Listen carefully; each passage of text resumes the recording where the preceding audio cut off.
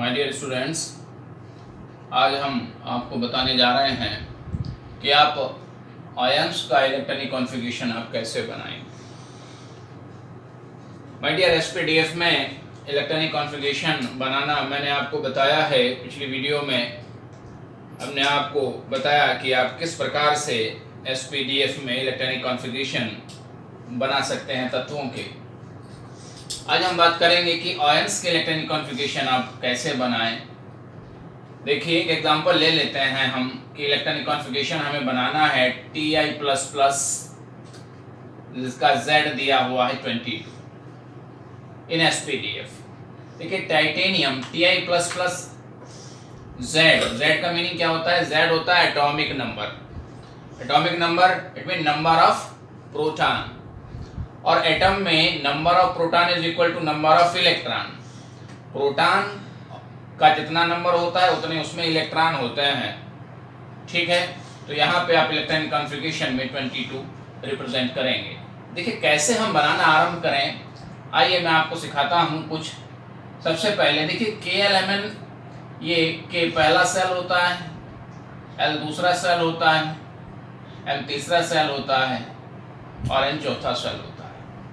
देखिए आपने ऑफ-बाउंड नियम के अनुसार एनर्जी लेवल के सीक्वेंस में इलेक्ट्रॉन फिलअप किए और आपको पता है कि इलेक्ट्रॉन 4s में पहले आता है, बाद में 3d में आता है।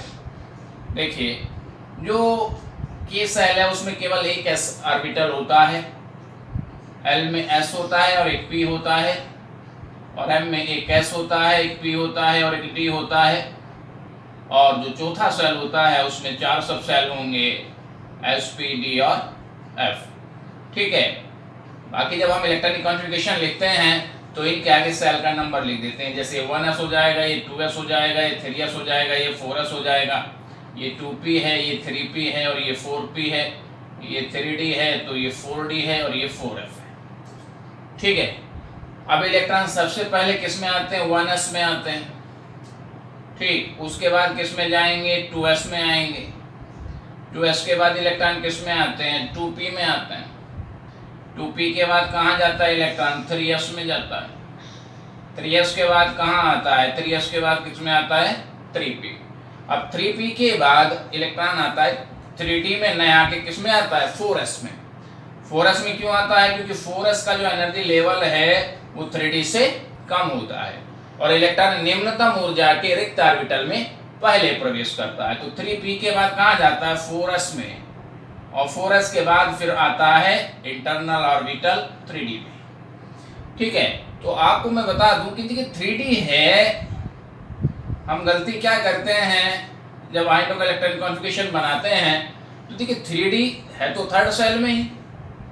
ठीक है, अब जब ऊर्जा के क्रम में हमने इलेक्ट्रॉनिक कॉन्फ़िगरेशन बनाया तो इलेक्ट्रॉन 3d में बाद में आता है, तो इसका मतलब क्या है कि ये इंटरनल ऑर्बिटल में आके इलेक्ट्रॉन भरना आरंभ होते हैं। तो हम जनरली क्या करते हैं कि जो इलेक्ट्रॉनिक कॉन्फ़िगरेशन हमें बनाना है वो हम सबसे पहले बना लेते हैं। मान लीजिए आप Ti22 का ही बना रहे हैं तो हम यहाँ पे क्या करते हैं, Ti लिखा +2, जो एटॉमिक नंबर है उसमें से जितना प्लस है उतना माइनस कर दिया, कितने इलेक्ट्रॉन इसने रिलीज कर दिए, और आप 20 लिख के यहाँ पे बना देते हैं 1s2, 2s2, 2p6, 3s2, 3p6 और 4s2। ठीक है, जब इस प्रकार से आप बनाएंगे तो एक गलत इलेक्ट्रॉनिक कॉन्फ़िगरेशन बनेगा। ठीक है, और अगर आप एनर्जी लेवल के सीक्वेंस में लिख लें, ठीक है, कि टाइटेनियम का इलेक्ट्रॉनिक कॉन्फ़िगरेशन अगर आप बना रहे हैं तो इस तरह से अगर आप लिख लें,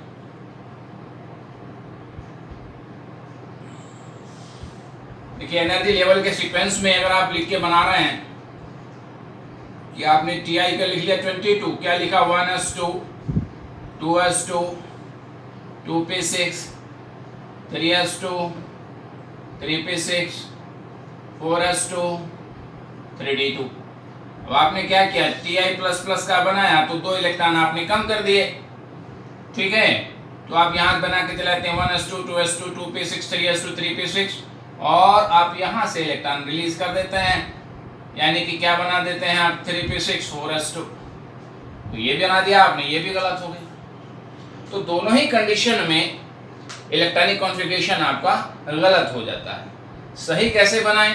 तो सबसे पहले आप इलेक्ट्रॉनिक कॉन्फ़िगरेशन आप बनाएं SPDF में, लेकिन एनर्जी के सीक्वेंस में ना बनाएं। जो सब सेल जहां पे आता है उसको वहीं पे बनाएं। यानी जैसे 3D आ रहा है तो 3D 4s से पहले यानी थर्ड सेल में है, इलेक्ट्रॉन इसमें पहले आता है या बाद में आता है, ये तो इलेक्ट्रॉन फिलिंग सीक्वेंस है। लेकिन जो ये 3D है, ये 3D कहाँ है? थर्ड सेल में प्रेजेंट है, ठीक है। और 4s कहाँ प्रेजेंट है? फोर्थ सेल में, ठीक है। तो जो इलेक्ट्रॉन रिलीज होता है या एटम इलेक्ट्रॉन को एक्सेप्ट करता है तो वह आउटर मोस्ट ऑर्बिटल से करता है। किससे करता है? आउटर मोस्ट ऑर्बिटल से। तो आप एनर्जी के लेवल में ना बना के इलेक्ट्रॉनिक कॉन्फ़िगरेशन बनाएं। Electronic configuration, simple electronic configuration in SPDF, ठीक है। जैसे 3D थर्ड सेल में है तो यहीं पे आप इसको लिखें, इलेक्ट्रॉन 4s में डाल दें पहले और बाद में रिमेनिंग इलेक्ट्रॉन 3D में डाल दें, ठीक है। अब इस जो आउटर मोस्ट सेल है यहाँ से हमको इलेक्ट्रॉन, जो आउटर मोस्ट ऑर्बिटल है वहां से इलेक्ट्रॉन वो रिलीज करेगा। 1 बाई 1 करके पहले रिलीज करें, एक एक करके जो है रिलीज करते चले जाएं, और जब आप सीख जाएंगे बनाना तो फिर आप इजीली जो है इसको बनाना शुरू कर देंगे। तो ये जो इलेक्ट्रॉनिक कॉन्फ़िगरेशन है, जब यहाँ Ti++ दिया है तो एक्चुअल में इलेक्ट्रॉनिक कॉन्फ़िगरेशन जो एटॉमिक नंबर है वो टाइटेनियम का है, और इलेक्ट्रॉनिक कॉन्फ़िगरेशन हमें बनाना है Ti++ का। तो सबसे पहले एटम का इलेक्ट्रॉनिक कॉन्फ़िगरेशन बना लीजिएगा Ti का, ठीक है, क्योंकि एटॉमिक नंबर किसका है? ये टाइटेनियम का है। तो आपने बनाया 1s2 2s2 2p6 3s2 3p6 3d2 4s2। अब एक इलेक्ट्रॉन एक एक करके इलेक्ट्रॉन आप रिलीज करते चले जाइए। तो मैंने आपको बताया कि जो आउटर मोस्ट सबसेल है, आउटर मोस्ट ऑर्बिटल है, वहां से इलेक्ट्रॉन रिलीज होगा। अगर मान लीजिए एक इलेक्ट्रॉन रिलीज होता है तो 4s2 से क्या हो जाएगा? 4s1 हो जाएगा, ठीक। और एक और अगर इलेक्ट्रॉन यहाँ Ti+ से एक और रिलीज कर दीजिएगा तो Ti++ में क्या हो जाएगा? ये 4s का इलेक्ट्रॉन भी रिलीज हो जाएगा, निकल जाएगा, ठीक है। तो इलेक्ट्रॉनिक कॉन्फ़िगरेशन क्या होगा? 1s2 2s2 2p6 3s2 3p6 3d2 होगा इसका, ठीक है। इसी के साथ साथ आप इसमें नंबर ऑफ अनपेयर्ड इलेक्ट्रॉन भी कैलकुलेट कर सकते हैं। इसका पैरामैग्नेटिक या डायमैग्नेटिक नेचर भी आप इसकी आइडेंटिफाई कर सकते हैं कि ये आयन पैरामैग्नेटिक इन नेचर होगा या डायमैग्नेटिक इन नेचर होगा। यदि उसमें सम अनपेयर्ड इलेक्ट्रॉन प्रेजेंट हैं, कुछ अयुग्मित इलेक्ट्रॉन हैं, तो वह नेचर होगा पैरामैग्नेटिक। और उसमें अनपेयर्ड इलेक्ट्रॉन नहीं है, number of unpaired electron is 0, कोई भी अनपेयर्ड इलेक्ट्रॉन नहीं है, तो वह होगा डायमैग्नेटिक इन नेचर, ठीक है। अब देखिए जो सब सेल कंप्लीट हुए हैं वहां तो अनपेयर्ड इलेक्ट्रॉन होने का प्रश्न ही नहीं है, वहां तो अनपेयर्ड इलेक्ट्रॉन होगा ही नहीं। कहाँ हो सकता है अनपेयर्ड इलेक्ट्रॉन? जहां इनकम्प्लीट होगा, डी में। डी सब सेल में कितने इलेक्ट्रॉन फिलअप हो सकते हैं? 10, और यहाँ पे हैं कितने? ओनली 2, ठीक है। तो अकॉर्डिंग टू हुन रूल आप इस सब सेल में इलेक्ट्रॉन फिलअप करिएगा। तो 3D ऑर्बिटल बनाइएगा। डी में कितने ऑर्बिटल होते हैं? 5 ऑर्बिटल होते हैं, 1 2 3 4 5। और इलेक्ट्रॉन किस सीक्वेंस में बढ़ते हैं? पहले एक सभी ऑर्बिटल में एक एक इलेक्ट्रॉन जाएगा, ठीक है। जब एक एक इलेक्ट्रॉन सारे ऑर्बिटल में कंप्लीट हो जाएगा तो फिर उसके बाद पेयरिंग आरंभ हो जाएगी, यानी 6th इलेक्ट्रॉन से डी ऑर्बिटल में पेयरिंग स्टार्ट होती है। अगर 5 है तो 5 के 5 अनपेयर्ड होंगे। तो यहाँ पे आप देखें कि 2 इलेक्ट्रॉन हैं डी में, तो दोनों के दोनों कैसे होंगे? अनपेयर्ड होंगे। तो नंबर ऑफ अनपेयर्ड इलेक्ट्रॉन कितना आया? 2, ठीक है। तो इसमें 2 अनपेयर्ड इलेक्ट्रॉन है, और अनपेयर्ड इलेक्ट्रॉन की जो है प्रेजेंस के कारण ये कैसा होगा नेचर में? पैरामैग्नेटिक। पैरामैग्नेटिक का मतलब है अनुचुंबकीय, जो चुंबक की ओर आकर्षित होते हैं। दूसरा एग्जांपल हम ले लेते हैं। इलेक्ट्रॉनिक कॉन्फ़िगरेशन हमें बनाना है Mn++ का, ठीक है। यहां से हम सीख चुके हैं, और Z है इसका 25, ठीक है। तो सबसे पहले क्या करें? एटॉम का इलेक्ट्रॉनिक कॉन्फ़िगरेशन बना लें Mn25। मैंने आपको बताया कि बनाएंगे SPDF में, लेकिन एनर्जी के सीक्वेंस में नहीं बनाए। 1s2 2s2 2p6 3s2 3p6 और 3d को यहाँ ऐसे करके छोड़ दें, रिमेनिंग खाली। ठीक है, 4s में कंप्लीट कर दें, 4s2 आ गया, 4s फिलअप हो गया, तो जो रिमेनिंग इलेक्ट्रॉन है वो 3d में आप डाल दें। तो अब यहां तक आप देखिएगा ये 10 हो गए और यहां पर ये 10 हो गए, ठीक है, 20 इलेक्ट्रॉन्स फिल हो गए यहाँ पे, तो कितने बचे 5। तो अब इसके बाद में आप यहां लिख सकते हैं कि ये है 3d5, ठीक। अब हमें Mn++ बनाना है, इसका मतलब क्या है, इसने 2 इलेक्ट्रॉन रिलीज किया है, ठीक। तो ये आउटर मोस्ट जो ऑर्बिटल्स हैं वहां से इलेक्ट्रॉन रिलीज करेगा, ठीक। 1 बाय 1 करके भी कर सकते हैं, और जब आप सीख गए हैं इलेक्ट्रॉनिक कॉन्फ़िगरेशन बनाना तो आप सीधे दोनों इलेक्ट्रॉन को एक साथ रिलीज कर सकते हैं। हालांकि एटम से इलेक्ट्रॉन 1 बाय 1 करके ही रिलीज होता है, ठीक। तो 2 इलेक्ट्रॉन ये रिलीज कर चुका है, तो ये 4s के दोनों इलेक्ट्रॉन ये रिलीज कर देंगे और इलेक्ट्रॉनिक कॉन्फ़िगरेशन होगा Mn का 1s2 2s2 2p6 3s2 3p6 3d5, ठीक है। अब यहाँ पे यहाँ तक तो जितने भी सब सेल हैं ये कंप्लीट हैं, फुलफिल हैं। तो यहाँ नंबर ऑफ अनपेयर्ड इलेक्ट्रॉन आप कैलकुलेट नहीं कर सकते क्योंकि होंगे ही नहीं, ठीक है। 3d में 10 हो सकते हैं और यहाँ पे प्रेजेंट है ओनली 5, तो 3d5 सिस्टम आप बनाते हैं, 3d5 सिस्टम आप बनाएं, इसमें आप बनाएंगे d में कितने ऑर्बिटल हैं 5, अभी बताया आपको 1 2 3 4 5 और 5 इलेक्ट्रॉन है। तो पहले मैंने आपको बताया हुंड के रूल के अकॉर्डिंग आप इसको फिलअप करेंगे 1 2 3 4 5, ठीक है। 6 इलेक्ट्रॉन यहाँ आएगा अगर 6 है तो, ठीक है। तो अगर 5 इलेक्ट्रॉन है डी में तो पांचों के पांचों कैसे होंगे, अनपेयर्ड होंगे। तो यहाँ पे जो नंबर ऑफ अनपेयर्ड इलेक्ट्रॉन है वो कितना होगा 5 है, और इसमें अनपेयर्ड इलेक्ट्रॉन प्रेजेंट है इसलिए ये भी पैरामैग्नेटिक होगा नेचर में, ठीक है। एक और उदाहरण ले लेते हैं। इलेक्ट्रॉनिक कॉन्फ़िगरेशन हम बनाए Cu+ और Cu++ का। कॉपर का जो एटॉमिक नंबर होता है वो होता है 29, ठीक है।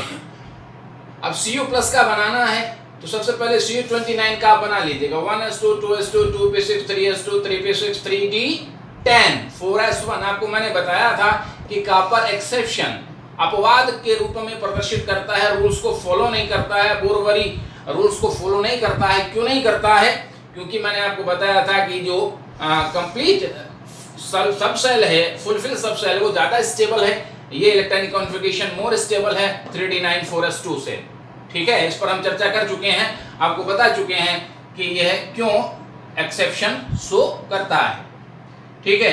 तो इसका इलेक्ट्रॉनिक कॉन्फ़िगरेशन है 3d10 4s1। अब लास्ट ऑर्बिटल से इलेक्ट्रॉन रिलीज होगा, अगर प्लस है तो एक इलेक्ट्रॉन यहां से रिलीज हो जाएगा, यानी 4s1 से इलेक्ट्रॉन रिलीज हो गया।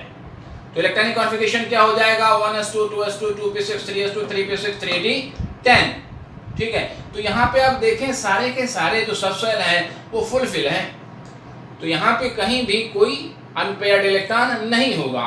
3d10 सिस्टम आप बना सकते हैं, बना के आप देख सकते हैं। तो यहाँ पे d10 है तो कोई भी अनपेयर्ड इलेक्ट्रॉन नहीं है, यानी कि अनपेयर्ड इलेक्ट्रॉन इसमें कितने होंगे, 0 होंगे, 0 होगा।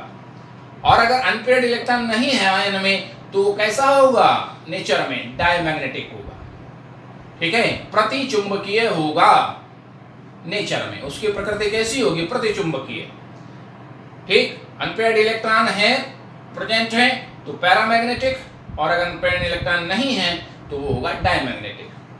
यहीं पे आप देख लें Cu++ को।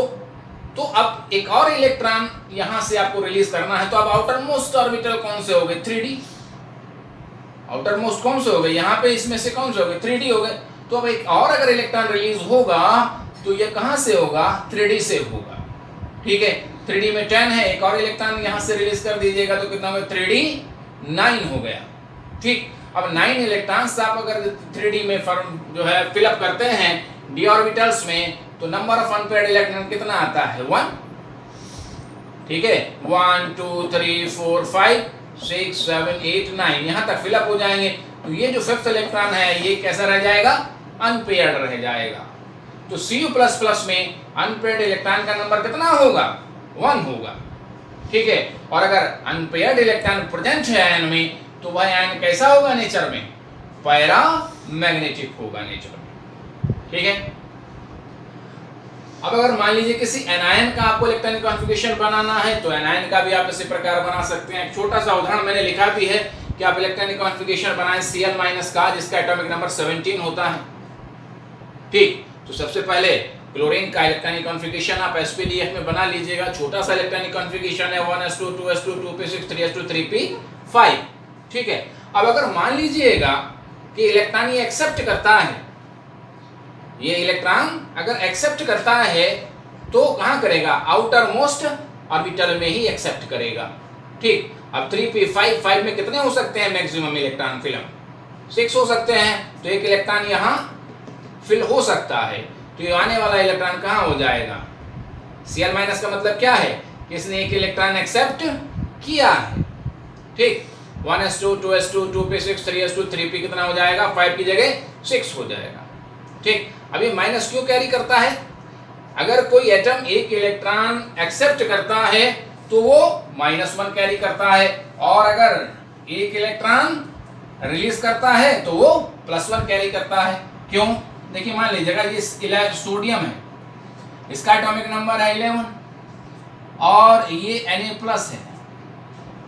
ठीक, तो इसमें नंबर ऑफ इलेक्ट्रॉन कितने होंगे 10, यहाँ नंबर ऑफ इलेक्ट्रॉन कितने होंगे 11, और जितना यहाँ इसमें प्रोटॉन कितने होंगे 11, और इसमें प्रोटॉन कितने होंगे 11। क्योंकि जो एटॉमिक नंबर है, जब कोई एटम आयन में कन्वर्ट होता है तो केवल क्या होता है, इसने एक इलेक्ट्रॉन रिलीज कर दिया, Na ने क्या किया, एक इलेक्ट्रॉन रिलीज कर दिया, और रिलीज करके किसमें कन्वर्ट हो गया, Na+। तो ये +1 क्यों कैरी कर रहा है, क्योंकि जो चार्ज ऑफ इलेक्ट्रॉन है वो चार्ज ऑफ प्रोटॉन के इक्वल होता है। ठीक है, सीधे सीधे आपको बताते हैं कि इलेक्ट्रॉन पर 1 यूनिट नेगेटिव चार्ज होता है और प्रोटॉन पे 1 यूनिट पॉजिटिव चार्ज होता है। ठीक है, इलेक्ट्रॉन पे 1 यूनिट नेगेटिव चार्ज है और प्रोटॉन पे 1 यूनिट पॉजिटिव चार्ज होता है। तो अगर 11 इलेक्ट्रॉन है तो ये 11 माइनस का हो गया, और अगर प्रोटॉन 11 है तो ये प्लस का हो गया 11, तो ये क्या हो गया, यहाँ पे न्यूट्रल हो गया। अब अगर मान लीजिए इलेक्ट्रॉन रह गए हैं कितने 10, तो ये -10 है, और प्रोटॉन है इसमें 11, तो यहाँ पे देखिएगा -10 +10 को न्यूट्रलाइज कर देगा, कितना चार्ज एक्सेस होता है +1, तो +1 यहाँ पे ये कैरी कर रहा है। ठीक है, समझ में आई बात, जब एक इलेक्ट्रॉन कम हो गया तो ये +1 चार्ज इसलिए कैरी कर रहा है कि इलेक्ट्रॉन का चार्ज कितना हो गया, 10 इलेक्ट्रॉन का 10 यूनिट नेगेटिव चार्ज, और 11 प्रोटॉन का कितना हो गया, 11 यूनिट पॉजिटिव चार्ज। ठीक है, तो -10 और +10 कितना एक्सेस हुआ, +1, उसको ये कैरी करता है। वैसे ही आप क्लोरीन को देख सकते हैं, क्लोरीन का होता है एटॉमिक नंबर 17, और जब ये Cl- कैरी करेगा तो क्या होगा, इसमें क्लोरीन में कितने इलेक्ट्रॉन हैं 17, और प्रोटॉन कितने हैं 17। अब Cl- में क्या हुआ, इलेक्ट्रॉन कितने हो गए, एक इतने एक्सेप्ट कर लिया 18 हो गए, और प्रोटॉन कितने रह गए 17, क्योंकि यह जो है इसने क्या किया, एक इलेक्ट्रॉन एक्सेप्ट कर लिया। ठीक, तो जब एक इलेक्ट्रॉन एक्सेप्ट करने के बाद क्या होगा, इलेक्ट्रॉन नंबर होगा 17 से 18, तो यहाँ पे ये -17 है और ये +17 है। ठीक है, क्योंकि चार्ज ऑफ इलेक्ट्रॉन इक्वल होता है चार्ज ऑफ प्रोटॉन के, बट अपोजिट साइन, ये नेगेटिव होता है ये पॉजिटिव हो जाता है, तो ये क्या हो गया, न्यूट्रल हो गया। -17 और प्लस का 17 क्या हो गया, न्यूट्रल हो गया। तो इसलिए एटम क्या होता है, न्यूट्रल होता है, उस पर कोई चार्ज नहीं होता है। ठीक है, अब यहाँ पे आप देखें माइनस का हो गया 18 और प्लस का हो गया 17। ठीक है, तो कितना चार्ज एक्सेस हुआ, +17 से माइनस का 17 न्यूट्रल हो गया, और कितना एक्सेस हो गया, माइनस का 1। ये माइनस का 1 यहाँ पे ये क्लोराइड आयन कैरी कर रहा है। ठीक है, समझ में आ गई बात। तो इस प्रकार से आप आयनों के इलेक्ट्रॉनिक विन्यास बना सकते हैं। स्कैंडियम 21 से लेके Zn30 तक आप बनाइएगा, प्रैक्टिस कीजिएगा घर पे, और कोई दिक्कत आती है तो मुझे बताइए। Okay, thank you.